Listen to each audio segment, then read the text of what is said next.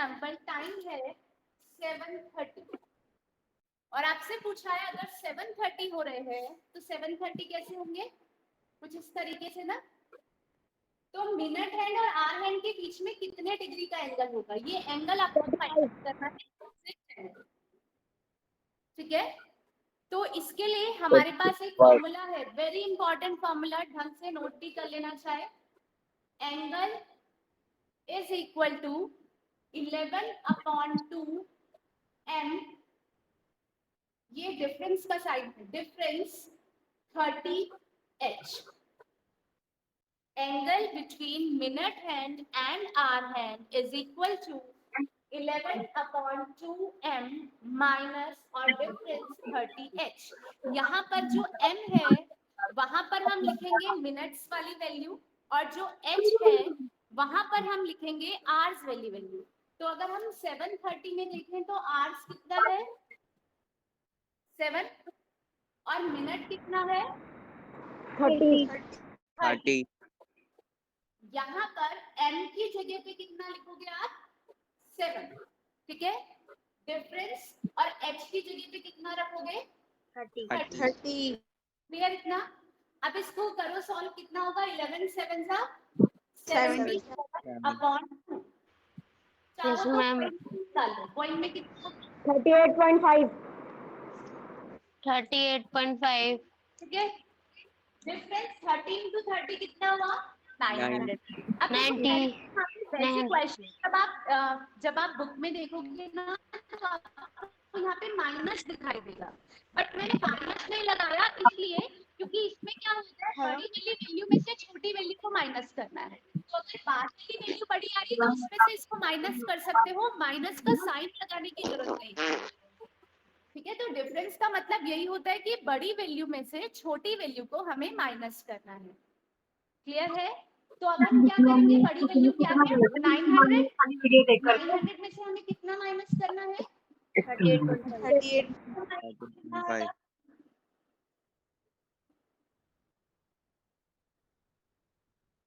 आ गया ये yes ma'am. 1.5।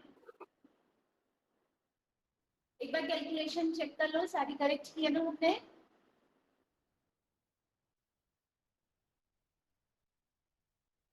एक सेकंड, कोई मुझे बता भी नहीं रहा, यहाँ पे हमने वैल्यूज तो सारी गलत पुट कर दी है। m की जगह h और h की जगह n। दिख रहा है तुम्हें बोर्ड, कोई बोल भी नहीं रहा है। m की जगह कितना है 30 और मैम आपका सही आया कैलकुलेट। कितना होगा ये 165 और ये कितना होगा 210। अब 210 में से 165 को माइनस करना है, कितना आएगा 45। Yes ma'am. क्लियर ना, दिस इज द आंसर। तो पता नहीं 8 मिनट में क्या निकल देगा। कितना एंगल आ रहा है 45 डिग्री का। तो जो ये मिनट हैंड इस तरीके से आर हैंड होती है और इसकी मिनट हैंड होती है, इसके बीच में 45 डिग्री का एंगल होता है। कितने बजे 7:30 पे। समझ में आया। मेनली है ये फॉर्मूला, ये आपको याद रखना है। m की जगह पे मिनट की वैल्यू और r की जगह पे h की जगह पे आवर्स वाली वैल्यू पुट करनी है। तो आप एंगल बोलो मैम प्लीज रिपीट। देखो ये हमारा फॉर्मूला है, मिनट हैंड और आवर हैंड के बीच में अगर हमें एंगल फॉर्म करना है तो 11/2 m माइनस 30h। यहाँ पर m है जो भी मिनट्स की वैल्यू है, जैसे कि यहाँ पे कितनी है 30, तो हमने m की जगह पे क्या रखा 30 और h है जो आवर्स की वैल्यू है वो क्या है 7। यहाँ पे हमने h की जगह पे क्या रखा 7। तो 11/2 into 30 30 into 7, 37 से 210 और इसको सॉल्व करके 165। अब जो भी बड़ी वैल्यू है उसमें से छोटी वैल्यू को, डिफरेंस का मतलब होता है कि माइनस कर। तो 210 में से 165 को माइनस किया, कितना आया 45। इतनी सब 7:30 होते हैं तो मिनट हैंड और आवर हैंड के बीच में 45 डिग्री का एंगल, राइट। Yes ma'am. हम बोर्ड क्लियर नहीं है। एक क्वेश्चन और कर लेते हैं डिफरेंट वैल्यू लेकर। Okay ma'am. बहुत क्लियर नहीं है। फॉर्मूला देख लिया था, मैम फॉर्मूला वॉइस नोट भी कर क्लियर नहीं है। में भी फॉर्मूला दिया हुआ है। मैम वॉइस भी क्लियर नहीं है। अब फिर क्या कर सकते हैं?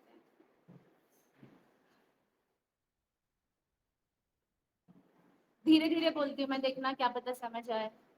अगर टाइम हो रहा है बेटा 11:05, 11:05 मतलब 11:05 हो रहे हैं, ठीक है?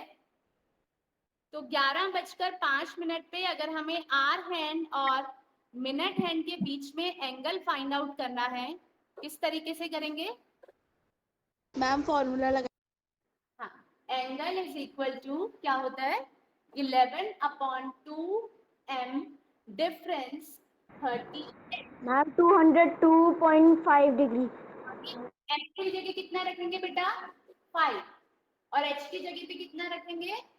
11 कितना हुआ? 11 5 55/2 और 330। इसको करेंगे तो कितना होगा ये? 27.5। Yes ma'am. मैम 202.5। कितना? 202.5। मैम 200। क्यों? 27 ही तो है खाली, ये 330 है ना बेटा, माइनस यस मैम। करो 300 ही तो आएगा। Yes ma'am. ये आ गया। अब यहाँ पर अब मेरी बात ढंग से सुनना। हो सकता है आपके पास ऑप्शन में ये हो ही ना 302.5। ऐसा क्यों? उसका रीजन भी सुनो। जब 11:05 हो रहे हैं तो देखो इस तरीके से बचते हैं ना 11:05। ये हो गई हमारी आर है और ये हो गई हमारी मिनट है। इस तरीके से होता है 11:05। Yes ma'am. हुआ क्या? ये जो एंगल फाइंड हुआ ना, ये वाला एंगल फाइंड आउट कर दिया, ठीक है? जबकि अगर हमें एंगल पूछा जाए तो हम ये बताएंगे ना, छोटा वाला। तो कई बार ऐसा 99% ऐसा होगा कि ये वाला एंगल आपके ऑप्शन में नहीं दिया होगा। जब भी एंगल 180 डिग्री से बड़ा आएगा ना, तो हो सकता है वो ऑप्शन में ना दिया हो। तो उस केस में आपने क्या करना है? 360 में से 302.5 को माइनस कर देना है। ऐसा क्यों कर रहे हैं हम? देखो ये जो 302.5 निकला ना, ये नीचे वाला निकला, बड़ा वाला। हमें ऊपर वाला चाहिए, तो ऊपर वाला कैसे निकलेगा? जब कंप्लीट 360 में से नीचे वाला एंगल माइनस कर देंगे, ठीक है?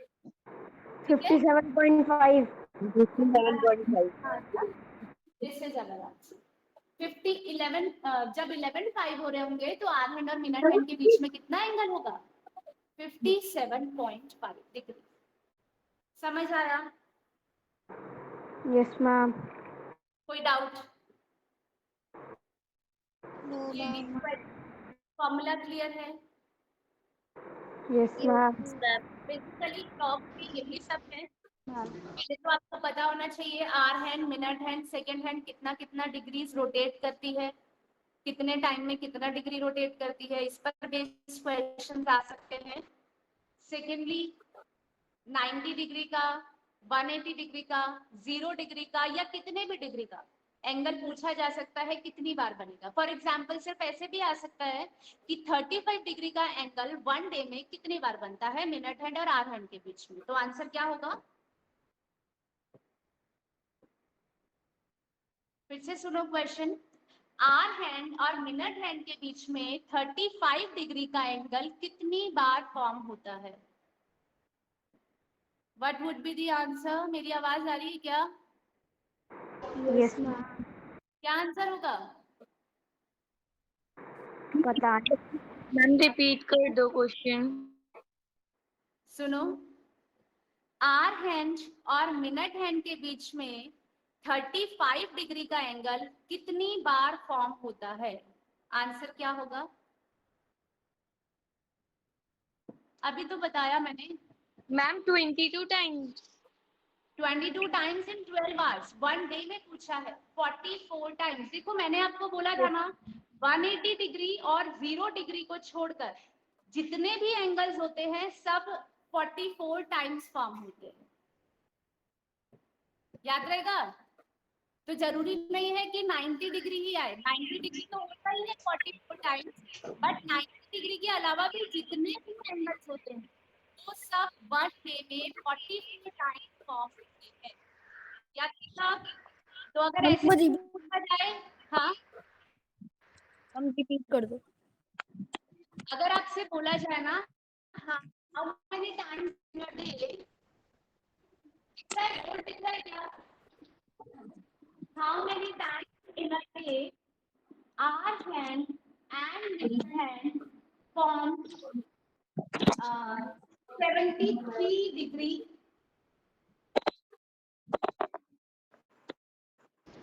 Ma'am, board and your voice is not clear.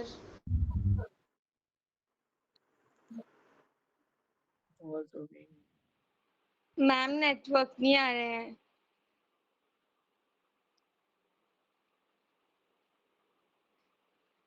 नहीं आ रही क्या मेरी आवाज? Ma'am ma'am Ma'am, board is not clear. तो मेरी आवाज, listen, how many times our hand and minute hand forms an angle of 73 degree in one day? Ma'am 44 time. 44 times. Clear है? Yes ma'am. Yes, ma'am. अगर पूछा जाएगा तो वो 44 times ही फॉर्म होगा, except 0 degree and 180 degree. 0 degree 180 degree. Form होगा ma'am ma'am one day में 22 टाइम। 22, करेक्ट। और 180 डिग्री का कितनी बार फॉर्म होगा? 22। Ma'am, 20. क्लियर ना? कितना समझ आ गया ना? Yes ma'am. Yes, ma'am. Okay. और नेक्स्ट ये वाले फॉर्मूले पर बेस्ड क्वेश्चन जरूर आएंगे, अच्छे से आना चाहिए। 11/2m minus 30h। तो किसी भी टाइम पर आर हैंड और मिनट हैंड के बीच का एंगल निकाल सकते हैं। सिर्फ इतना ध्यान रखना है, जब भी हमारा लास्ट में आंसर 180 से बड़ा आएगा तो उसको हम 360 में से माइनस कर देंगे, तो हमारा यस मैम। ठीक है। अब इसके अलावा जो आपको प्रिपेयर करना है, leap year non leap year सबको पता है। Yes, ma'am. ईयर्स कितनी बार आते हैं? Yes ma'am. Ma'am, 4 years. Ma'am 4 साल में एक बार। करेक्ट। 4 से डिवाइड करते हैं, जो 4 से डिवाइड हो जाएगा ये लीप ईयर होगा, जो नहीं होगा नॉन लीप ईयर होगा। Clear? Yes ma'am. Yes ma'am. Year सबको पता है कौन से होते हैं? Yes, ma'am. Yes ma'am. Year जिसके लास्ट में डबल जीरो होता है वो होते हैं सेंचुरी ईयर। ठीक है, लास्ट में 2 या 2 से ज्यादा जीरो होंगे तो वो सेंचुरी ईयर होगा। और कोई भी सेंचुरी ईयर लीप ईयर तभी होगा अगर वो 400 से divide.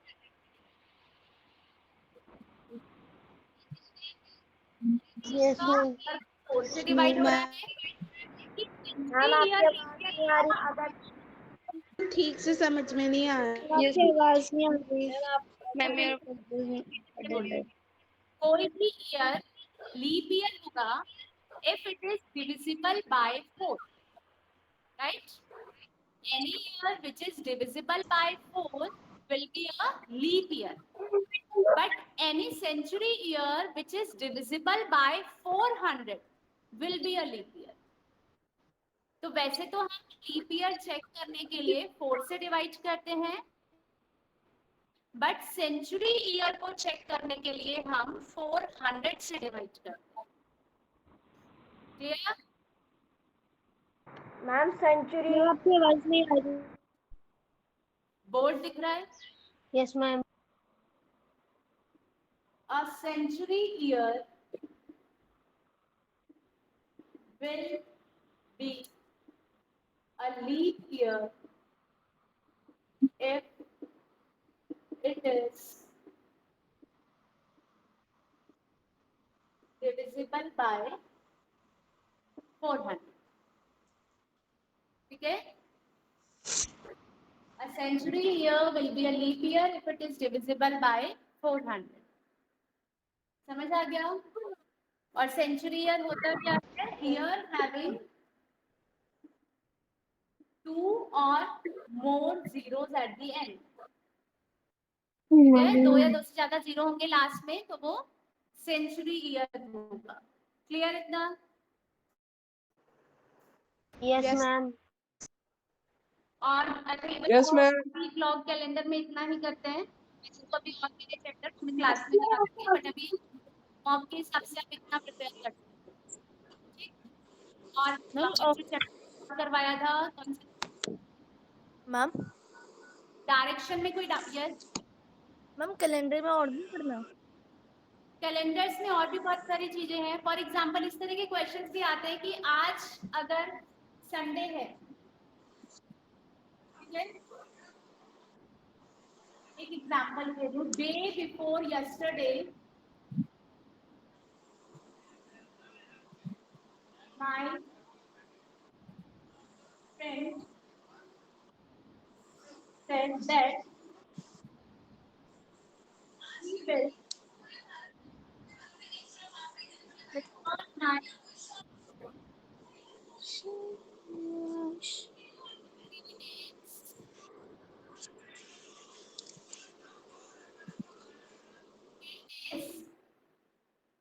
later. See, question is day before yesterday. सुनाई दे रहा है? Day before yesterday, my friend said that he will return my books 10 days later. If today is Sunday, then on what day will my friend return my books? तो इसको हम किस तरीके से करते हैं? देखो, डे बिफोर यस्टरडे मतलब क्या हुआ? मैम मंडे को। तो डे बिफोर यस्टरडे क्या हुआ? ट्यूसडे। अरे बेटा, day before Friday. Friday. Friday.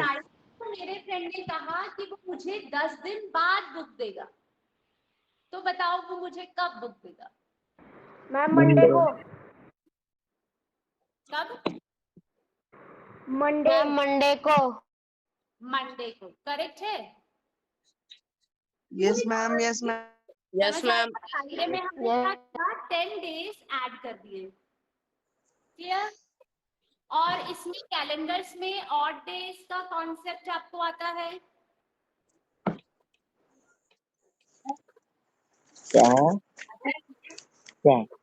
देखो होता क्या है, जब भी हम कोई डे कैलकुलेट करते हैं ना, तो हम किस तरीके से कैलकुलेट कर सकते हैं? पहले हम 7 डेज के उसमें डिवाइड करते हैं। फॉर एग्जांपल अगर आपसे पूछा जाए टुडे इज, आज कौन सा डे है? Sunday. What will be the day on 100 days from now? आज से 100 दिन बाद कौन सा दिन होगा? ठीक है, तो 100 डेज बोला है तो हमें क्या करना होगा? संडे में 100 प्लस करना होगा। अब 100 अगर इस तरीके से काउंट करके प्लस करोगे तो बहुत ज्यादा लेंथी हो जाएगा। हमें क्या करना है बेटा? 100 को 7 से डिवाइड करना है। कितना टाइम जाएगा? 14। ये समझ आ रहा है क्या किया हमने? 100 को 7 से डिवाइड किया, 14 टाइम डिवाइड हुआ, कितना रिमाइंडर बचा? 2। Tuesday. मेरी आवाज आ रही है? Tuesday. Yes, ma'am. ये जो 2 रिमाइंडर Tuesday. ऑड डेज, इसको हम ऑड डेज बोलते हैं। 7 से डिवाइड करने के बाद जो भी रिमाइंडर बच जाता है। तो अभी 2 ऑड डेज बचे, इन 2 ऑड डेज को संडे में प्लस कर दो।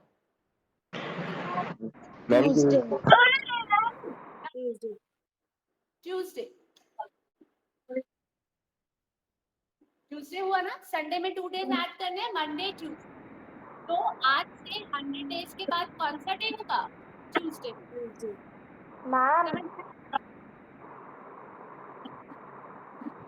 मैम अगर रिमाइंडर ही ना बचे तो सेम डे होगा। 0 प्लस कर दो, मंडे में 0 प्लस करो मंडे, या संडे में 0 प्लस करो संडे। Okay ma'am. नहीं बचा मतलब सेम डे। बाकी रिमाइंडर 7 से ज्यादा कभी नहीं बचेगा। ऐसा ना हो कि तुम्हारा 8 रिमाइंडर बच रहा है, दैट इज नॉट पॉसिबल। 7 से डिवाइड करो तो 7 से छोटा ही आएगा, तो उस हिसाब से 1 2 3 4 5 6 जितना ऐड करना होगा ऐड करके आपका फाइनल डे आ जाएगा। ठीक है? तो अभी के लिए क्लॉक एंड कैलेंडर्स में इतना ही कर रहे हैं, इसी पर बेस्ड क्वेश्चंस आएंगे। बाकी का जो चैप्टर है वो मैं क्लासेस में कराऊंगी। इतने में कोई डाउट?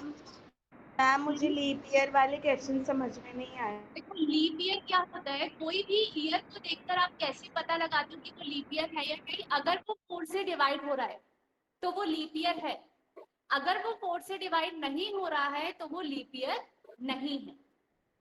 क्लियर? यस और जो भी सेंचुरी ईयर होगा, मीन्स अगर मैंने आपसे पूछा क्या 2000 एक लीप ईयर है या क्या 2100 एक लीप ईयर है, तो आप क्या देखोगे 2100 है, ये तो 4 से डिवाइड हो जाएगा, बट ये लीप ईयर नहीं है। मैम क्योंकि इसके पीछे इसके जीरो लास्ट है। में 2 जीरो है ना। हाँ, तो हमें किससे डिवाइड करना है इसको? 400 से। अगर ये 400 से डिवाइड हो गया तो लीप ईयर है, डिवाइड नहीं हुआ तो लीप ईयर नहीं है। नहीं है। ठीक है? मैम ये 400 से डिवाइड होता है। हाँ, सेंचुरी ईयर को 400 से करना होता है और नॉर्मल ईयर को 4 से करना होता है। क्लियर? कोई डाउट अभी? No ma'am. चलो फिर नो आज मैम। बाकी बेस्ट